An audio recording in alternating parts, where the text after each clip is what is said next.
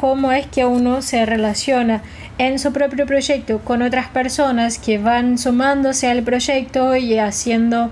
como entendiendo cuál es la propuesta y aceptando y haciendo espacio para que eso pueda desarrollarse. Buenas, ¿cómo están? Bueno, ayer había dicho que iba a traer hoy sobre este libro, así que no me queda otra, aunque hay tantas cosas de las que podría hablar, ¿no? Como hija de mi tiempo,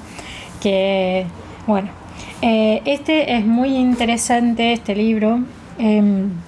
de Tom Nixon, que lo que él habla es sobre, a ver si muestro una imagen que es bastante interesante. Él va a proponer que hay como un campo creativo como de interés y que sea fuente de los proyectos que surgen y que se desarrollan en la humanidad en general, ¿no? Los proyectos, las propuestas que uno hace, más allá de si son empresa, de si son ONG, cómo es que es el proyecto, pero la cuestión es que sea algo que surge de alguien, ese impulso, ese ímpetu que viene de alguien y que le genera ese interés por desarrollar, y entonces empieza a buscar recursos, a decir, bueno, ¿quién se va a sumar? A traer la propuesta, a decir cuáles son las condiciones para hacerlo y considerar todos estos elementos que si nos ponemos a pensar, esto es como nos manejamos en general. Incluso las grandes empresas surgieron por un interés de alguien y de decir, bueno, voy a intentar hacer que esto funcione. Obviamente que las grandes empresas en general ya tenían mucho más recursos iniciales para crecer y mantenerse, ¿no? Es como esa de estética, como de ropas, creo que era, que va y lo que hace es decir, uy, salí de cero solo con una inversión de mi papá de 6 millones y ahora mi empresa vale 30 millones. Tipo, las proporciones obviamente que varían e influyen muchísimo en lo que va a ser el resultado que uno puede llegar, pero más allá de eso, este libro habla de justamente esa, como, es que energía es un término que ya está medio gasto, pero energía en el sentido de eso que mueve, ¿no? De ese motor que genera que ideas, que propuestas, que cuestiones que nos molestan, que nos intrigan, genere algún movimiento, ¿no? Alguna acción, algún cambio. Cambio también es un término que está un poco abusado, por decirlo así. Bueno, y acá justamente dice realizar grandes ideas, organizar para emergencia, no emergencia en el sentido de emergir, de salir por sobre lo demás, en el sentido de surgir, de volverse algo, ¿no? Y trabajar de manera artística como con arte, arte en el sentido también de técnica, ¿no? Que con el dinero. Digo arte en el sentido de técnica como sinónimo porque arte, la palabra arte justamente viene de eso, del artificio, de eso que es la creación humana a partir de usar elementos de la naturaleza y transformarlo en herramienta, ¿no? Eso, y desarrollar una técnica, un arte. Así como la palabra técnica, o sea, arte viene del latín y técnica viene del griego. Esa es la diferencia, pero en principio ambas serían la misma cosa, que es ese transformar los elementos de la naturaleza en una herramienta y desarrollarlo para esa finalidad, para una finalidad que interese a los humanos, es una técnica, es un arte. Ambos en su origen tenían el mismo significado. Actualmente no lo usamos tanto con el mismo significado, pero cuando dice como artfully with money, justamente ese trabajar de una manera casi que creativa con el dinero, ¿no? En el sentido de que los proyectos también, los proyectos personales también pueden hacer mover, y un poco esa idea de trabajar con lo que a uno lo apasiona y así. Bueno, eso, lo interesante que tiene este libro es que trae incluso cómo es que uno se relaciona en su propio proyecto con otras personas que van sumándose al proyecto y haciendo como entendiendo cuál es la propuesta y aceptando y haciendo espacio para que eso pueda desarrollarse, y empieza a traer, por ejemplo, los elementos de si la otra persona que se sumó aporta en idea, cómo eso es absorbido, cómo eso sirve, qué tanta autoridad los demás pueden tener, qué pasa si el que tuvo la idea va dejando demasiado en la mano de los demás desarrollar el proyecto y pierde esa función de ser el visionario, la persona que tuvo la visión del proyecto, y deja para que los demás hagan cada uno a su manera y para que no haya tanto como una jerarquía, ¿no? Porque la posición de la persona que es la fuente, que tiene la idea y que piensa el proyecto, es una función de vista, ¿no? Es como visualizó, vislumbró lo que puede llegar a ser algo.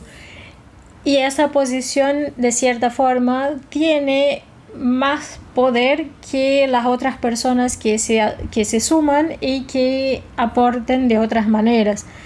Pero es muy usual que una idea llegue a un momento en que otros quieran además aportar más, y empieza esa pelea por poder, por decir quién tiene más autoridad. Yo solo participo si las ideas que aporto son absorbidas por el proyecto, y ese tipo de cuestión que surge. Entonces es muy interesante cómo trae, cómo uno debe cómo mantener esa posición de ser la persona que tuvo la visualización, que tuvo la visión, ¿no? Del potencial que ese proyecto podía tener, y a la vez le da voz, escucha, entiende y administra para que el proyecto siga teniendo sentido, siga siendo lo que originalmente fue, y hasta qué punto se cambia y se transforma. Trae algunas imágenes así, de unos gráficos que, por ejemplo, en este está así como sería la brújula de la fuente, ¿no? Y ahí tiene la relación top-down, ¿no? De arriba hacia abajo, de abajo hacia arriba. La claridad está acá y la duda está acá. Es decir, incluso como fuente, cuando nosotros pensamos en un proyecto, hay elementos de los que no sabemos la respuesta y tenemos nuestras propias dudas en relación a cómo va a ser hecho, y es normal eso. Pero también la persona, la fuente que tuvo la idea, sirve como brújula en relación a la claridad, y en ese punto es como autora del proyecto, ¿no? Y de arriba hacia abajo va y se pone en la función de sostener los límites de ese proyecto y de decir, bueno, hasta acá, si empezamos a hacer eso, deja de ser el proyecto que yo tenía en mente y deja de alcanzar los objetivos o el punto central que tenía en mente. Pero no todo puede ser verbalmente dicho o descrito, y que tenga todo eso ya anotado de antemano para cuando otras personas se sumen, porque mucho del proceso de la persona que está teniendo la idea y de la persona que está haciendo la fuente tampoco es que lo tenga totalmente claro, es como un vislumbre, una idea, ¿no? Y eso son cosas que uno va descubriendo también cuando va creciendo la proporción en relación a lo que uno puede tener de recursos y demás. Y el de abajo hacia arriba sería la idea de dejarse ir, así como dejar ser, de reconocer que la persona que está ahí como central tiene su objetivo central, y por más que uno como abrace la propuesta, que uno vaya y diga sí, voy a participar, que entienda también su posición de secundario en ese sentido en este proyecto. Y acá es donde entra un poco la razón por que ayer estaba diciendo de hablar de este libro hoy, que es que muchas veces en nuestros proyectos hoy en día, cuando uno habla de ser su propio jefe, de tener una empresa o de hacer videos, de tener un canal online o de vender un curso online, en fin, de tener un producto digital o incluso físico, pero que sea bien independiente del proyecto, la tendencia es que necesitamos a otras personas que se unan y que contribuyan, pero tenemos ese rol central de, bueno, este es mi proyecto, estoy contratando a la otra persona y estoy aceptando ayuda, pero en la última palabra es de una persona específica, del creador, del originario, no creador en el sentido de creador de contenido digital así, sino creador de quien tuvo esa chispita de decir, eso va a ser un buen producto, voy por acá. Y muchas veces esa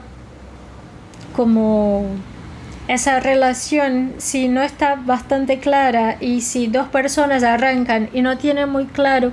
quién es el fundador, quién es el originario de ahí, quién sería realmente la fuente, la tendencia es que muchos proyectos se pierdan. Y acá en el libro Tom Nixon menciona algunos casos, por ejemplo, de dos hermanos que empezaron un proyecto juntos y que después de un tiempo se dan cuenta de que en un momento de crisis y pasan tipo décadas diciendo que la idea era de los dos, que los dos estaban involucrados y que no había una única fuente y que ambos eran esa source, esa fuente de lo que era el proyecto. Y al final van viendo que en el momento de crisis uno dice, no, vamos a vender y hacer otra cosa y seguir la vida. Y el otro dice, no, pero como para mí esto es tipo la razón por la que existo, lo que me apasiona y quiero seguir haciendo eso, aunque genere menos ganancia o lo que sea y que tenga que comprar la parte del hermano. Y es ahí donde se empieza a notar quién realmente es la fuente. Y la fuente, como lo describe él, es eso. Es alguien que tiene una motivación más allá de simplemente ganar dinero o mantenerlo como un negocio sostenible. Es la persona que realmente lo que la movió a empezar a hacer eso fue algo más allá de la parte de los negocios. Y hay para él no solo esas personas secundarias, pero hay como subfuentes, no fuentes secundarias. Que es decir, por ejemplo, en ese caso del hermano, el hermano también tenía un rol muy fuerte y verdadero en ese proyecto hasta ese momento, lo que no lo pone en la misma posición de una persona que haya sido contratada para trabajar para el proyecto y que no tenía ningún vínculo afectivo con el proyecto, sino que lo veía como, bueno, eso es trabajo, lo hago y chao. Esa persona que tiene un rol que es bastante activo y que termina siendo que se abran otras puertas también, sería como una fuente secundaria. Acá conozco proyectos, por ejemplo, de 8 personas. Y a mí siempre me queda la intriga, es que no tengo tanta cercanía como para entender quién es el ideador y cómo es que se distribuyen las tareas y decisiones, porque eso termina siendo algo muy interno y que las personas no comparten. Pero esos proyectos con muchas personas tienden a, si no es bien dirigido y si no tienen internamente claro quién es la persona que tiene la idea y que va a ir con esa idea hasta el fin, y cuáles son las otras personas y el rol de cada uno para la decisión final, la disposición para seguir trabajando en conjunto tiende a caer en base a pequeños problemas que surjan en el camino, a las dificultades generales que hay en proyectos. Hay otro gráfico acá también muy interesante que me gusta, que es el siguiente al que estamos viendo, ¿no? Que es justamente la acción que se hace. Entonces, cuando la fuente está en duda y tienen que tomar una decisión para definir qué va a pasar, primero lo que se hace es escuchar. Cuando uno no sabe qué hacer, pero tiene que estar en la posición de tomar la decisión,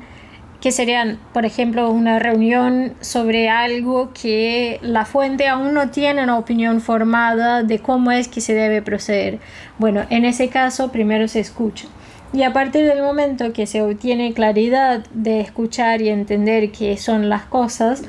que están para ser hechas, va a decidir. Ya en el caso de la persona que va a ir a hablar a la fuente y proponer algo, cuando no sabe, cuando no tiene esa claridad sobre qué es lo que uno debe hacer, tiene la función de ser hosting, de ser ese espacio para que la fuente u otras personas vengan y hable y proponga soluciones y proponga cómo va a ser hecha la cosa. Y ya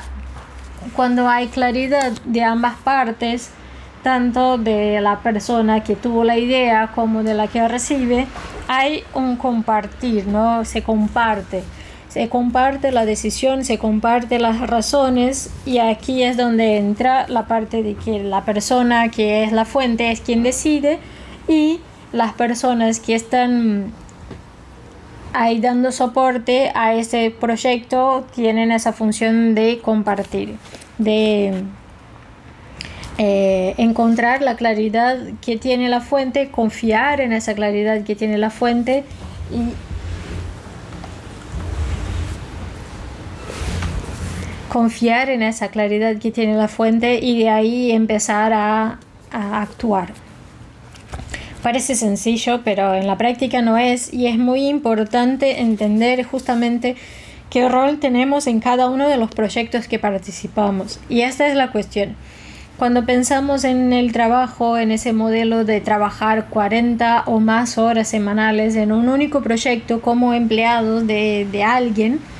lo más usual es que no somos el ideador, no somos la fuente, pero lo que todos tenemos es un interés o algo que nos mueve y que somos fuente de ese proyecto, y lo terminamos desarrollando en nuestro tiempo libre, y es de ahí que viene también un poco esa ansiedad o ese deseo de ser su propio jefe y de buscar otras maneras de trabajar que no sea siempre desde la función de trabajar para otra persona que tiene una ideación, que tiene un proyecto. Y es acá que entra ese equilibrio entre, y que nos hace más completos según ese libro, que es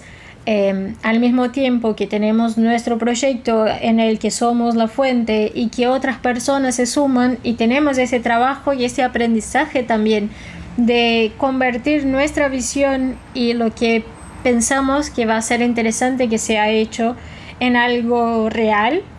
y entender la voz de la otra persona, lo que propone como solución, entender de dónde viene, que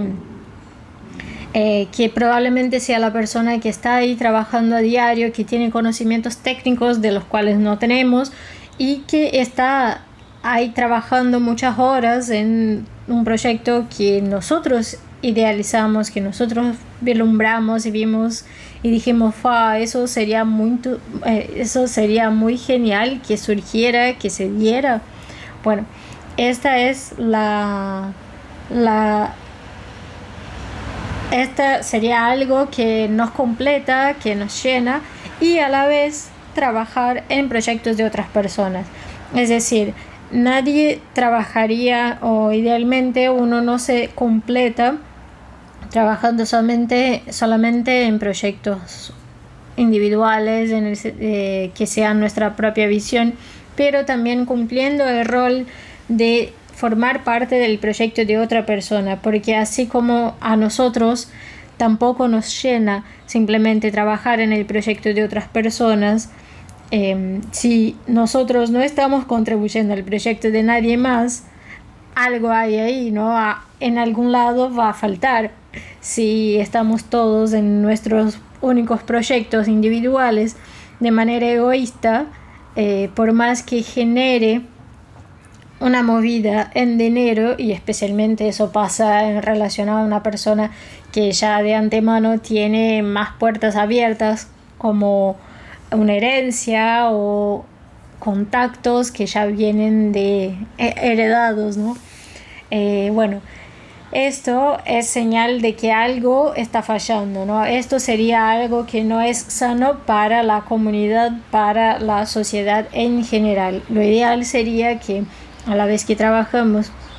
algunas horas semanales en proyectos nuestros, trabajamos algunas horas semanales en proyectos ajenos, que puede ser 1, 2, 3, y así es como vamos diversificando y podemos contribuir para la visión de otras personas y nuestra propia visión, y que otros contribuyan a nuestra propia visión. También del aspecto de que cuando tenés un proyecto tuyo y que estás tratando de traer esa visión,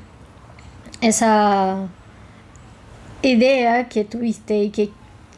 tenés la dificultad de intentar convertirla en algo real, vas aprendiendo a también, en el momento en que otra persona está pasando por la misma dificultad, a realmente hacer ese proceso de como acá dice, de hosting. Ahí donde está, acá, este proceso de hacerle espacio, de darle la posibilidad de también aprender a cómo resolver la situación, y no imponer desde la posición de que uno no es la fuente, la solución de cómo hacer.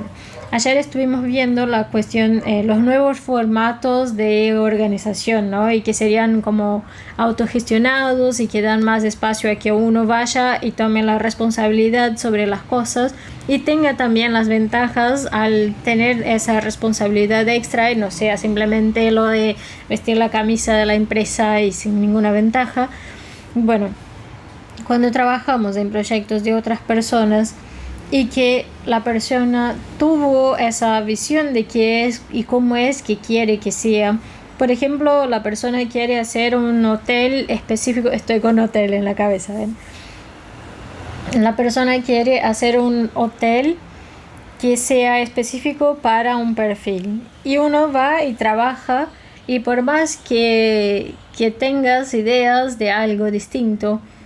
y que funcionaría bien y que para vos sería mucho más fácil si fuera esa dinámica, qué sé yo, si trabajas ayudando a cocinar, pero el tipo de comida que esta persona quiere que tenga en el hotel es diferente del que uno tiene más costumbre de hacer, pero aún así vos ves valor en contribuir a ese proyecto y te comprometiste. Bueno, ahí está la cuestión de entender qué es lo que uno siente cómodo, y quizás ver que esa otra cosa que quiera cocinar va bien en otro proyecto y puede sumarse a otro proyecto más. Pero en este proyecto hay una cuestión de respetar lo que la otra persona, que es quien envisionó el hotel y que hizo el movimiento de arrancar, y respetar ese proyecto que es de la otra persona, y entender y acomodarse. La cuestión, y lo más usual que veo en grandes empresas, en proyectos que uno tiende a trabajar todo el día, todos los días, y que no tiene ningún vínculo, y que justamente porque no tiene la oportunidad de tener un proyecto personal, termina tratando los detalles, que pueden ser de una manera como pueden ser de otra, como algo superfluo, como algo que sea un capricho de la persona que desarrolló la empresa, de la persona que nos contrata, ¿no? Y eso también se aplica a todo tipo de negocio, ¿no? O sea, a un restaurante que quiere que los platos salgan de una cierta manera, y la persona que lo hace termina haciendo de otra porque le parece un capricho del jefe. Que el jefe tenga que estar ahí todo el tiempo controlando es molesto para ambos. Pero la cuestión es que esa persona, en esa dinámica que muy probablemente no lo pagan bien, y que, como en general, por lo menos acá en Argentina, los restaurantes viven cambiando las personas, y no es un rubro que haya muy buen trato en general de todas las personas que he conocido que hablaron sobre el tema. Hay mucho y especialmente es un rubro bastante claro en relación a eso, a cómo hay los caprichos, los egos, ese apuro en hacer rápido porque para que valga la pena, y más con las variaciones económicas que hubo en el país en relación a costos y precios. Hay una presión y no hay la posibilidad de que esas personas tengan sus proyectos personales y que tampoco están viendo ese trabajo como siendo participar del proyecto de otra persona. Y eso los hace a todos incompletos, a todos infelices, ¿no? En el sentido de no estar haciendo algo que les guste.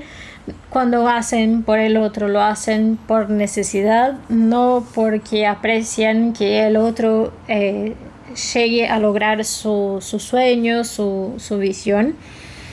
Y obviamente, aunque la otra persona logre su visión y que uno haga bien hecho, no hay tampoco del lado de la persona que logró la visión una retribución. Así que hay mucho por trabajar, ¿no? Y mejorar, pero si uno va desde esa perspectiva, y acá hay muy buenas herramientas para empezar a hacer esto y a desarrollar esa dinámica distinta, quizás sea una buena manera de probar eso, de participar del proyecto de otras personas. Si al principio no tenemos tanto tiempo para dedicarnos a un proyecto nuestro, participar del de otras personas bajo esa perspectiva, proponer esta manera de relacionarse, además de que el libro que comenté ayer también enseña un poco sobre cómo cambiar esa dinámica en las relaciones y principalmente las de trabajo. Pero como digo, acá puede ser un proyecto de una ONG, puede ser algo que no vise al lucro, a la ganancia. Todo esto puede ser un proyecto, puede que sea un proyecto de tener una banda, de juntarse un fin de semana. Todo esto son cosas que antes hacíamos, teníamos nuestros proyectos personales y el tiempo. Y de a poco, bueno, en algunos países por lo menos se va recuperando la cantidad de horas que lo haga más o menos viable, ¿no? Me llama la atención cómo si filtramos bien y de a poco los algoritmos van entendiendo qué burbuja queremos estar, es posible estar en burbujas mucho más optimistas y que nos hacen mover. Bueno, ese libro es algo que lo veo en ese sentido, que nos hace mover en el sentido de entender cuáles son también nuestras visiones de nuestro rol cuando tenemos una idea, un proyecto de hacer algo. Siento que por mucho tiempo abdiqué de hacer las cosas que me gustaban. Y es más, como que me parece que muchas veces es difícil saber exactamente qué es lo que nos gusta. Es muy fácil acostumbrarse a otra cosa. Yo, por ejemplo, viví en Alemania un tiempo y me acuerdo que apenas volví de Alemania tenía muy claro las cosas que sentía mucha falta de mi cultura, de mi país, de la manera de vivir y demás. Y ahora que hace tanto tiempo estoy fuera de mi país también, que como cuando apenas llegué, cuando apenas volví a salir de mi país, tenía más claro cuáles eran las cosas que eran muy importantes para mí y cómo no abdicarlas. Pero después de tanto tiempo, como esos elementos se pierden un poco y se mezclan. Y entender muy bien cómo aplicar ese rol de fuente me parece que sirve para permitirme volver a entender qué era lo que es importante para mí, qué son las cosas que me traen alegría, qué son los proyectos que dije, bueno, no me importa eso, pero mucho más por un miedo de admitir que sería muy difícil llegar, o Y ni siquiera es que tenía claro así tipo, eso es un miedo y no sé cómo llegar o algo así. O tampoco ese discurso de que para ganar dinero es mejor que no sea con algo que nos guste, porque si no vamos a arruinar lo que nos gusta. Y a la vez también tratar de convertir todo lo que nos gusta en trabajo, ¿viste? Esa cosa de empezar a hacer algo, no sé, de cerámica, siempre digo cerámica, pero no es cerámica el término, es, bueno, esos que son así, esas masitas para hacer cositas decorativas o incluso plato, en fin. Em, y hay alguien lo ve y dice, me parece que podrías ganar plata con eso. Sí, pero no quiero transformar todo en trabajo. O empezás a escribir algo y dices, no, podías escribir un libro y vender. Y como ese discurso, el discurso de uno no puede vivir de lo que le gusta porque nadie va a querer, o uno no quiere vivir de lo que le gusta porque justamente tener que vender lo que a vos te gusta vas a dejar de apreciar hacerlo porque vas a estar preocupado con el tiempo que te lleva hacerlo y cómo hacer más eficiente y productivo y en fin. Hay muchos caminos diferentes de que uno puede abandonar lo que le gusta. Parece que somos muy creativos en buscar excusas, en buscar maneras de no hacer lo que nos gusta, por cual sea la razón. Y también de hacer la cosa, de entender el valor de algo bello, ¿no? Muchos, como que me estoy yendo por las ramas ya, pero en mi experiencia muchas veces he hecho cosas que eran lindas y demás, y conseguí trabajos en base a eso que lo hacía, pero ya en el momento de tener que hacer para otra persona y tener que ser productiva y generar en un cierto tiempo para que valga, o con un plazo, para que realmente no esté casi pagando para trabajar, y eso más allá del precio que uno ponga, porque hay siempre un límite entre eso que es necesario probar y que aún no sabemos en dónde va a dar y que puede llegar a salir, y simplemente hacer lo que ya sabemos hacer exactamente como ya lo sabemos hacer. Y esto es algo que a mí me generaba mucha confusión, y creo que aún sigue quizás generando, que es para vender tenemos que vender algo que ya hicimos muchas veces y hacerlo de una manera que solo se repita lo que ya hicimos, y así es más eficiente y así podemos definir exactamente lo que vamos a entregar a esa persona. Pero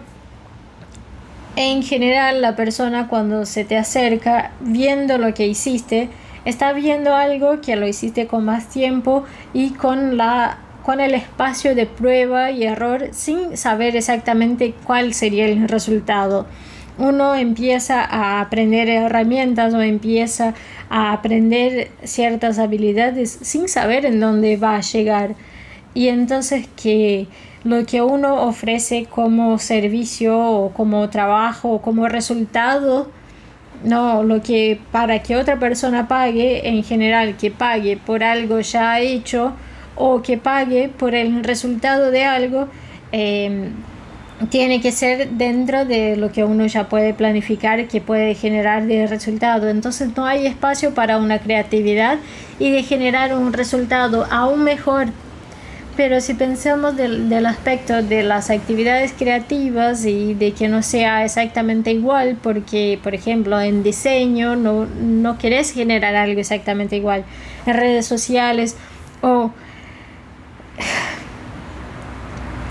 parece que estoy hablando de algo muy muy abstracto, pero por ejemplo, si vas a organizar una planilla para una empresa que tiene una manera de trabajar, pensando en análisis de datos, en trabajos así bien más cercanos a los números, el adaptar a la manera con las que las personas ya trabajan, en generar esa comunicación y hacer que se adapten en lo que es necesario, en entender cómo es que piensan y cómo aplican sus números y qué quiere decir cada uno con la palabra cliente. Si cliente ya es la persona, o lead, por ejemplo, esa es una que varía mucho entre la persona de ventas, la persona de marketing, porque cada uno tiene un nivel. Ya hubo alguna comunicación, no hubo, y eso es algo que varía muchísimo dentro de la empresa. Y por más que uno diga de la posición de organizar los datos, vamos a definir cómo cada palabra significa y definirlo, en la práctica esto es mucho más complejo y mucho más creativo, porque es algo que se genera en la relación con las otras personas. Y lo más usual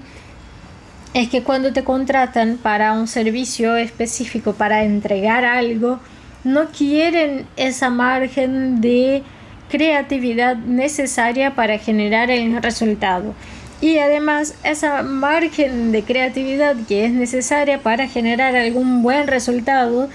es,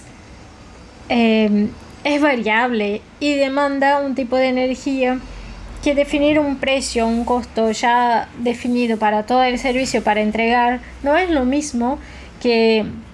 una planilla que me llevó 20 horas hacerla por primera vez y que simplemente hacer un copia y pega y volver a usarla resuelva en cuestión de 2-3 horas que me lleve a hacer la nueva versión, o si voy a personalizarla incluso con logo y colores y todo eso, en fin, que sea 5 o 6 horas. Cuando compramos una planilla, por ejemplo, hay muchas online que uno puede descargar, no te sirve igual, justamente porque no tiene ese elemento que es necesario para funcionar bien en una empresa, que es adaptar a la manera con que piensan un grupo de personas específicos. Y ahí es donde entra como, parece absurdo, pero mi interés por entender cómo se relacionan las personas, por entender eso de la fuente y todo, viene surgiendo de que cuanto más trato de hacer un buen trabajo en ofrecer un servicio, en algo tecnológico, en desarrollar una herramienta, en traer los datos y generar un buen resultado, ni que sea un formulario de Google Sheet que las personas rellenen para saber la cantidad de productos que tienen que tener en la tienda. Eso varía muchísimo y hay que tener una buena comunicación entre todos los empleados. Y lo más usual es que eso sea tercerizado de tal forma dentro de una empresa que la persona que desarrolla eso ni siquiera tiene contacto directo con las personas que la utilizan. Está mediado por un líder, por una persona que contrató este servicio, y es quien tiene que hacer la comunicación directa con las personas. Y todo esto me parece que genera un ruido que de vuelta hace como lo que mencionaba ayer, que es esa sensación de que incluso haciendo un buen trabajo el resultado no es bueno. Y hasta qué punto quizás trabajar en grupos pequeños y que uno realmente pueda tener múltiples habilidades y trabajar en varias funciones diferentes, y que sea un grupo más o menos restrito y que se separen varios núcleos, así no es mejor que una gran empresa que tenga múltiples empleados extremadamente específicos y especializados en lo que hace. Estoy yendo ya por las ramas de un montón de otras cuestiones que me parecen bastante importantes traer y debater y que surgen en nuestro tiempo, me parece.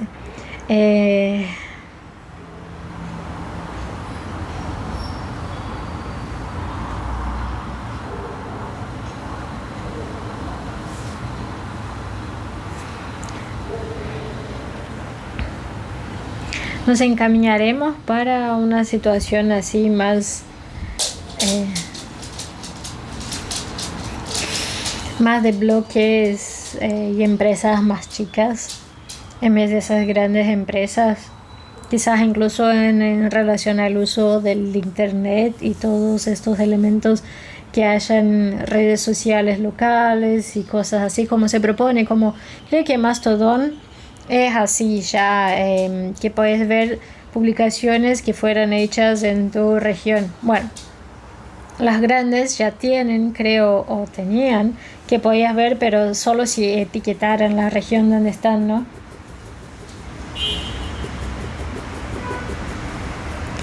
En fin.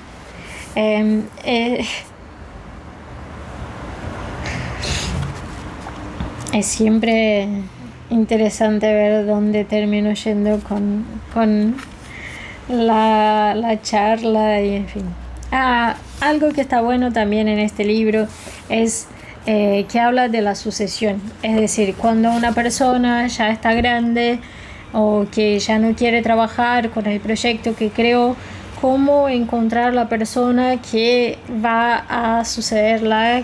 en la función de fuente. No tanto de ser la persona que va a ser el CEO o lo que sea, el propietario, que sea el hijo, en fin, sino la persona que va a heredar la función de mantener la visión.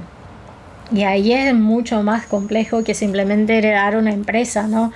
Y es la cuestión de... Es donde llega que muchas empresas, cuando pasan a los hijos, pierden su función, pierden su valor y dejan de ser lo que era la propuesta inicial, porque justamente no tenía la persona que heredó el rol,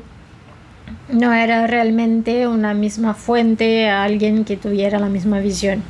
Pero eso estamos medio alejados, siquiera estamos buscando maneras de, o sea, eso sirve para otras personas que ya están trabajando con eso y están en esa función hace más tiempo. Pero es interesante ver, tiene entrevistas también, creo que tiene una entrevista con justamente de una empresa que les pasó eso, de una institución, creo que en YouTube está, de Tom Nixon entrevistando una empresa que pasó por ese proceso de cambio de fuente, de quién detenía esa función y quién lo sucedió en ese rol. Que es bastante interesante observar cómo hubo un momento en que pensaron que la cosa no iba a salir bien porque no tenían claro quién sucedería, pero que al final una persona sí abrazó esa misma propuesta, esa misma visión y terminó siendo quien sucedía. Que eso también es otra cosa que muchas veces pasa, ¿no? Principalmente de padre e hijo, que hoy en día ya no tanto se implementa eso de que el hijo vaya a seguir la misma función del padre. Y hasta qué punto era interesante esa manera de hacerlo, ¿no? Ay. En fin, creo que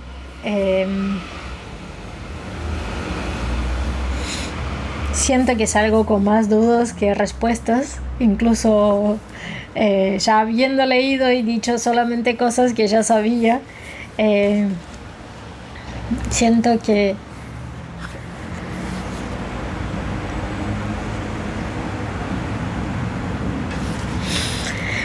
hay mucho para digerir y aprender sobre cómo nos relacionamos, qué podemos ofrecer a los demás, cómo establecer esa dinámica de prometer entregar algo que muchas veces está más allá de lo que uno puede prometer. Es como decir que alguien promete que todo va a estar bien. Alguien que dice, todo va a estar bien. Bueno, hasta cierto punto puedes asegurar eso, pero no de todo. Y no sé, como que siento ese cierto agobio en relación a andar diciendo, sí, voy a generar tal cosa y así. Y lo más, creo que eso es algo interesante. Lo más chistoso y lo que más me sorprende es que personas que están en internet diciendo, ¡ay, sí, conseguí un montón! Son justamente las que no le tienen miedo a prometer algo y que no se cumpla. Pero, como no hablo solo de los gran coaches que te dicen que vas a ser feliz, que vas a ser rico y que al final la mayoría de las personas que lo siguen no terminan logrando. pero cosas más sencillas, incluso cursos que te enseñan a usar una herramienta tipo, bueno, vas a aprender a usar esta herramienta digital y vas a conseguir mucho trabajo y vas a ayudar a que las personas tengan una condición mejor. Por ejemplo, pensando, voy a volver a eso del análisis de datos, que fue algo que me chocó muchísimo ver de cerca lo desorganizado que funcionan las cosas, ¿no? Esa promesa de que poner todo y saber utilizar bien la herramienta de una planilla, de saber programar bien, de saber generar paneles y demás, que todo esto dé la sensación de que las cosas van a caminar bien porque puedes traer algún resultado y realmente traer insights e ideas y conclusiones sacadas de los datos, en fin. Esa noción de decisión basada en datos, de decisión basada en matemática directamente, ¿no? En números, en evidencias y demás. A mí me hace mucho ruido observar como esa venta, esa promesa de que sí vas a poder traerle más claridad en su trabajo, en su función, en la práctica, en la empresa, y eso va a generar no solo más resultado en sentido de ventas, sino más resultado en general. Y al final, en la práctica, lo que uno va viendo es que cuanto más hondo te metes en eso, más ves las fallas que hay, las diferencias que hay, el ruido que hay en la comunicación entre las personas dentro de cada organización. Y como nada de eso se concretiza, si la cantidad de cursos online que te promete que vas a poder resolver el problema de otras personas y que al final, después de aprender y dominar y en fin, estudiar estadística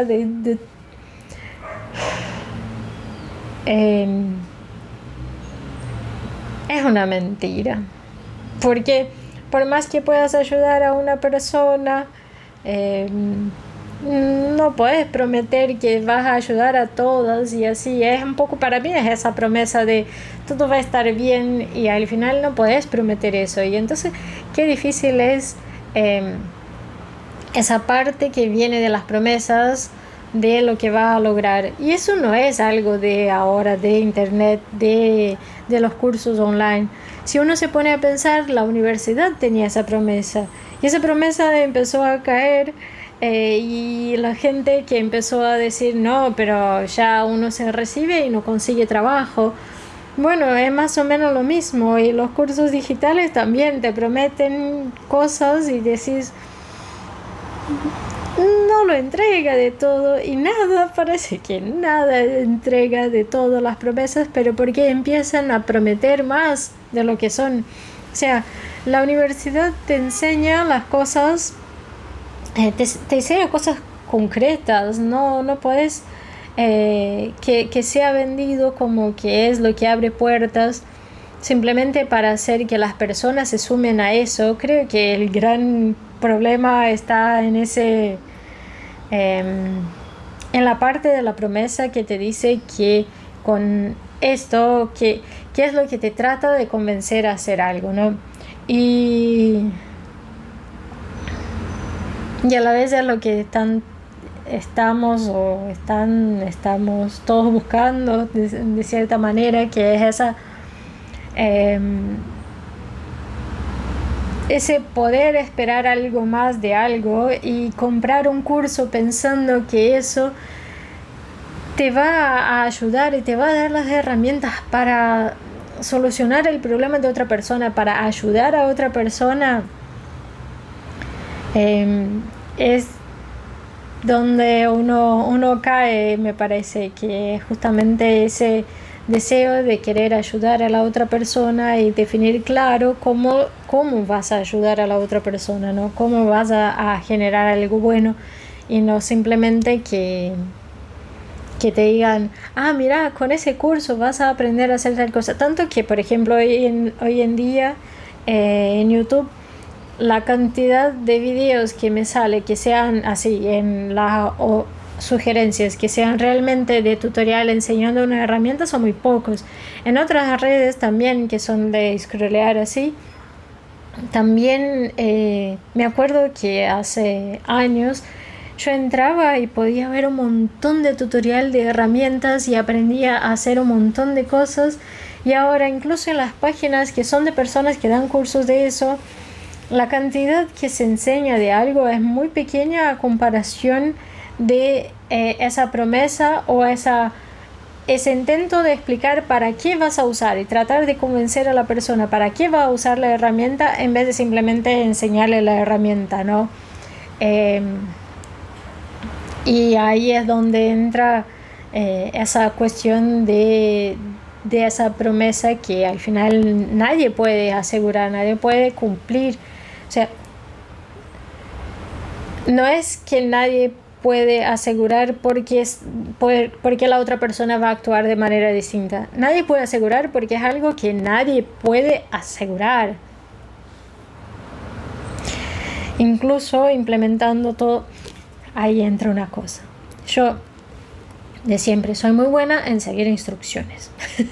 Esa cosa bien tipo me hace acordar a la de Brooklyn Nine-Nine, esa Brooklyn 99, esa serie, que hay una tipa que dice, no, yo no soy buena cocinando, pero soy muy buena en seguir instrucciones, no es posible que la receta no haya quedado rica, y al final era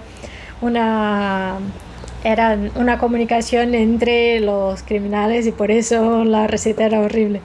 Bueno, yo soy sí buena cocinando, pero esa cosa de seguir las instrucciones y que alguien me diga, si haces esto, vas a lograr. Yo voy y sigo exactamente como diga la persona, y esta es la cuestión. He seguido una cantidad inmensa de mentores y llego al mínimo resultado, que es lo que la persona